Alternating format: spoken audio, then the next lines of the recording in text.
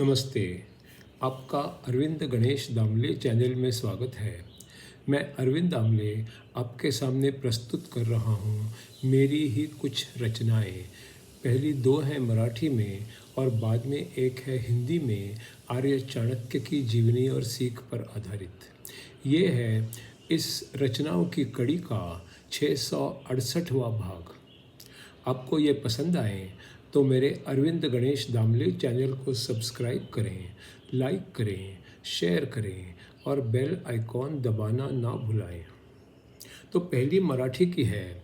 सर्व प्रवचन करणारे सांगतात की खूप पैसा मिळाला तरी सुख मिळतंच असं काही नाही. मी ते मान्य करायला तयार आहे, पण स्वतः अनुभव घेतल्याशिवाय मला काही ते पटत नाही. आता ह्याच्या पुढे प्रश्न एवढाच आहे की खूप पैसा मिळाला आहे आणि सुख मिळालं नाही, याचा मला स्वतःला अनुभव कधी येणार आहे की नाही.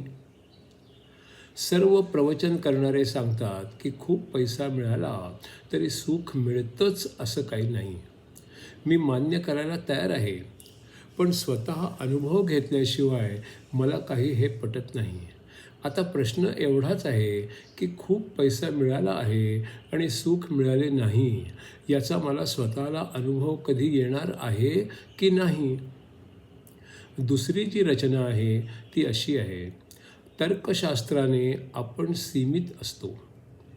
ए पासून झेडपर्यंत जाऊ शकतो, पण कल्पनाशक्तीने आपण त्याच्या कितीतरी पुढे जाऊ शकतो. तर्कशास्त्राने आपण सीमित असतो. ए पासून झेडपर्यंत जाऊ शकतो, पण कल्पनाशक्तीने आपण त्याच्या कितीतरी पुढे जाऊ शकतो. इसके बाद जो है वो तीसरी रचना है आर्य चाणक्य की जीवनी और सीख पर आधारित अगली 25वीं कड़ी। पापी और अल से बुरे पुत्र होने का क्या फ़ायदा है, क्योंकि वे घर वालों के लिए दुख और दर्द ही लाता है. पापी और आलसी बुरे पुत्र होने का क्या फ़ायदा है, क्योंकि वो घर वालों के लिए दुख और दर्द ही लाता है. कुटुंब की जिम्मेदारी तो पुत्र पर ही होती है. दुनिया में नाम कमाना भी संतान के हाथ में होता है. कुटुंब की जिम्मेदारी तो पुत्र पर ही होती है. दुनिया में नाम कमाना भी संतान के हाथ में होता है. घर वालों की सारी आशा उसी पे केंद्रित होती है. जीवन में उसका सफल होना सभी को अच्छा लगता है. घर वालों की सारी आशा उसी पे केंद्रित होती है. जीवन में उसका सफल होना सभी को अच्छा लगता है. बुढ़ापे में माँ बाप का आधार वही तो होता है. अच्छा कमाने की जिम्मेदारी पुत्र पर आ जाती है. बुढ़ापे में माँ बाप का आधार वही तो होता है. अच्छा कमाने की जिम्मेदारी पुत्र पर आ जाती है. कुछ पुत्रों की क्षमता ही अपेक्षा से कम होती है और वे अपनी जिम्मेदारी निभा ही नहीं पाते हैं.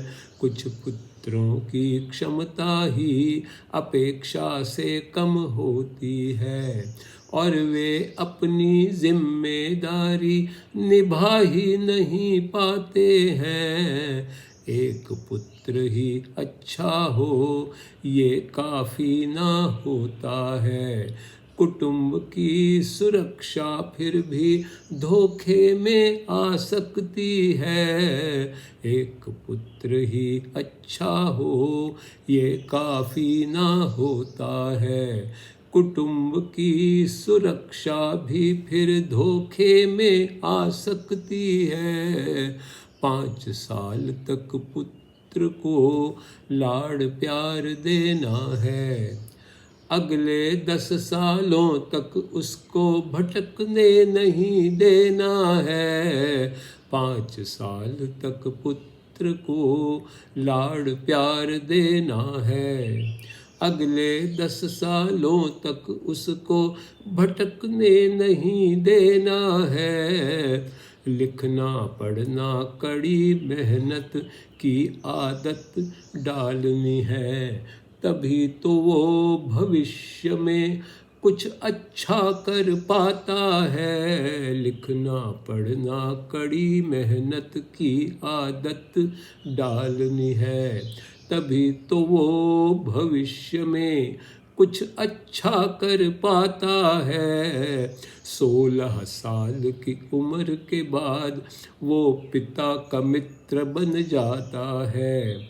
उसके बाद डांटने से बुरा नतीजा होता है। 16 साल की उम्र के बाद वो पिता का मित्र बन जाता है।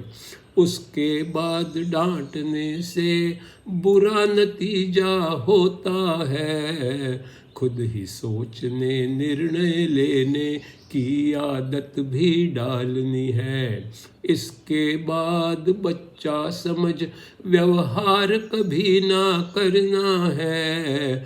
खुद ही सोचने निर्णय लेने की आदत भी डालनी है। इसके बाद बच्चा समझ व्यवहार कभी ना करना है।